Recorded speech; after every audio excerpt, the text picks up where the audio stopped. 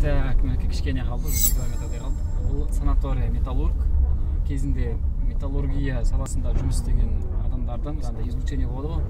Адамдар каждый 6 ай сайын немесе 4 ай сайын осы неге санаторийге демалып турат сотрудниктер. Бул где-то 90-97 максимум 2000 айдын жұмыс істеген екен. Одан кейін эч жұмыс істемейт. Қазір заброшен. Жакпа бетине жакпа. Так, прямой тура былай карай го. Ё-моё. Жигит. Ана жакта вход бар, баня бар. Тана, үлкен сет өшік. Кет, кәлді. 2007 жылы не өлік ма? Жо, танчы қойды?